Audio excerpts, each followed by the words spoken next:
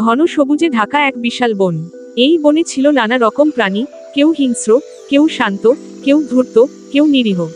এই বনের মাঝেই বাস করত এক চতুর শিয়াল, আর ছিল এক নিরীহ কিন্তু সাহসী হরিণ। এই গল্প শুধু শিয়াল আর হরিণের নয়, এই গল্প বিশ্বাস, লোভ, বন্ধুত্ব আর জীবনের কঠিন পরীক্ষার। শিয়াল ছিল খুব চালাক, বনে এমন কোনো প্রাণী ছিল না যাকে সে একবার না একবার ঠকায়নি।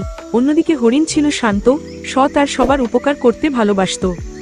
একদিন সকালে হরিণটি নদীর ধারে পানি খাচ্ছিল, তখন শিয়াল এসে বলল, বন্ধু হরিণ, তুমি জানো, পাহাড়ের ওপাশে সোনালি ঘাস গজিয়েছে, যা খাইলে সারা জীবন ক্ষুধা লাগবে না। হরিণটি একটু সন্দেহ করলেও শিয়ালের মিষ্টি কথায় ভুলে গেল। তারপর তারা দুজনেই রওনা হলো পাহাড়ের দিকে। পথ ছিল কাঁটায় ভরা, বিপজ্জনক। হরিণ কয়েকবার বলল শিয়ালকে, এই পথটা ভালো লাগছে না।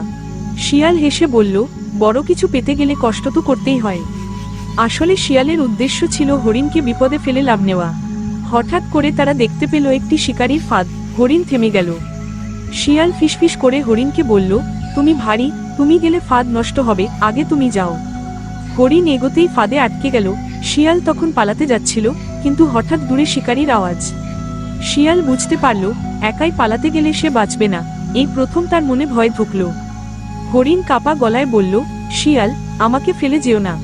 শিয়াল জীবনে এই প্রথম কারো চোখে বিশ্বাস দেখল। শিয়াল দ্রুত দাঁত দিয়ে ফাঁদের দড়ি কাটতে লাগল। শিকারীরা খুব কাছে, শেষ মুহূর্তে হরিণ মুক্ত হলো। দুজনেই দৌড়ে জঙ্গলে ঢুকে পড়ল।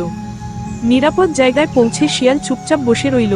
হরিণ বলল, তুমি চাইলে আমাকে ফেলে যেতে পারতে। শিয়াল নিচু গলায় বলল, আজ বুঝলাম, বুদ্ধি দিয়ে সবাইকে ঠকানো যায়, কিন্তু সম্মান পাওয়া যায় না। এরপর থেকে শিয়াল বদলে যেতে লাগলো। সে আর কাউকে ঠকাতো না, বরং বিপদে পড়া প্রাণীদের সাহায্য করত। বনের সবাই অবাক হয়ে গেল। একদিন বনে ভয়াবহ আগুন লাগলো।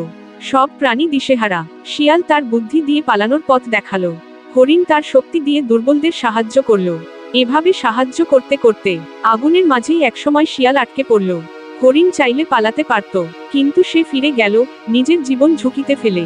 শিয়ালকে বাঁচাতে শেষ পর্যন্ত সবাই বেঁচে গেল। বনের প্রাণীরা ঘোষণা করল, আজ থেকে শিয়াল আর হরিণ বনের রক্ষক।